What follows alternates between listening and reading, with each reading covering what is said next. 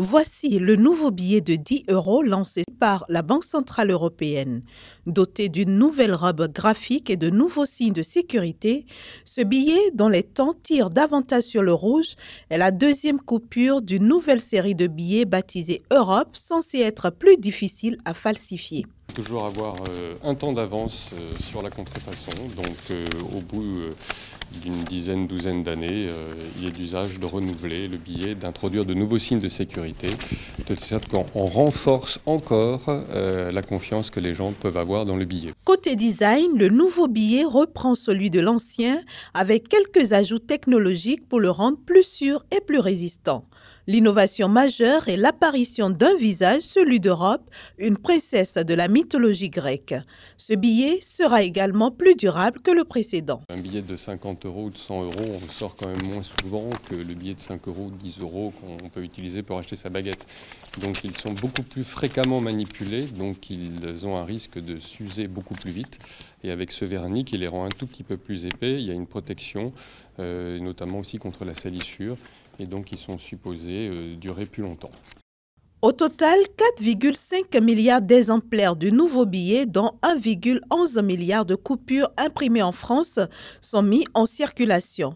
Ils sont dès à présent disponibles dans les distributeurs automatiques et au guichet des banques, ainsi que sous la forme de monnaie rendue lors des achats. Aujourd'hui, on est sûr que 100% des distributeurs automatiques de billets sont adaptés au nouveau 10 € et que globalement 95% de tous les matériels, c'est-à-dire notamment aussi tout ce qui est automates qui permettent de payer avec des billets, sont adaptés. Et on espère que les 5% qui restent seront extrêmement vite. Notons, en ce qui concerne les billets de 10 € de la première série, ils continueront d'être émis parallèlement aux nouvelles coupures pendant plusieurs mois jusqu'à épuisement des stocks.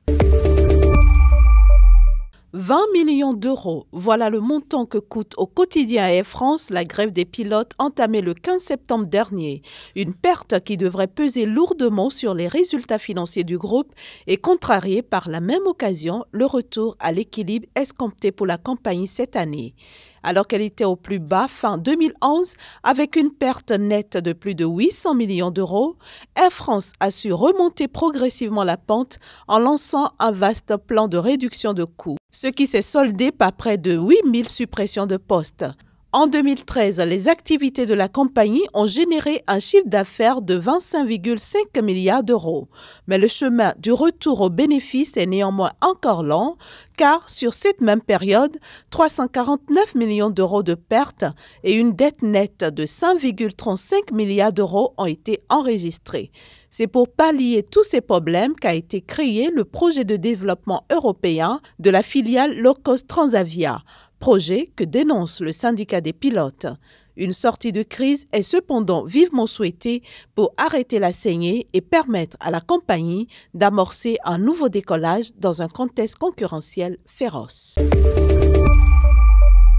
7 mois déjà que le virus Ebola a fait son apparition en Guinée. Depuis lors, le pays vit au ralenti, les activités économiques étant de plus en plus durement touchées. Mariam, qui gère un restaurant à Conakry, subit de plein fouet cette situation. Je gère un restaurant qui ne marche plus. Depuis qu'ils ont parlé affaire de Ebola, vraiment ça ne marche plus. Si vous remarquez, tu peux même compter les clients qui sont là et ça a beaucoup joué.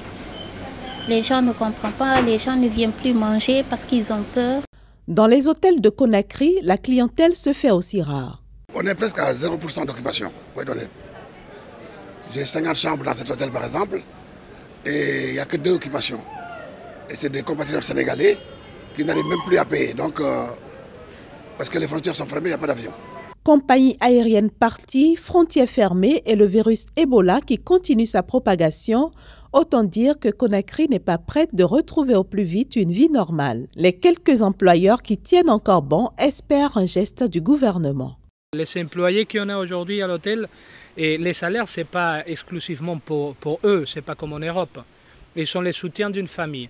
Donc on a demandé au gouvernement de nous soutenir en cet engagement et en nous donnant des aides au niveau d'exonération temporaire des impôts, surtout au niveau social, au niveau des TVA, pour au moins économiser et pouvoir maintenir les structures des travail. Côté prévision, le tableau est plutôt sombre. À en croire les économistes, la Guinée perdrait 1 à 2 points de croissance en moins en 2014. La Banque mondiale indique pour sa part que l'impact économique le plus important de la crise ne résulte pas de ses coûts directs, mais d'une réaction de panique alimentée par la peur de la contagion.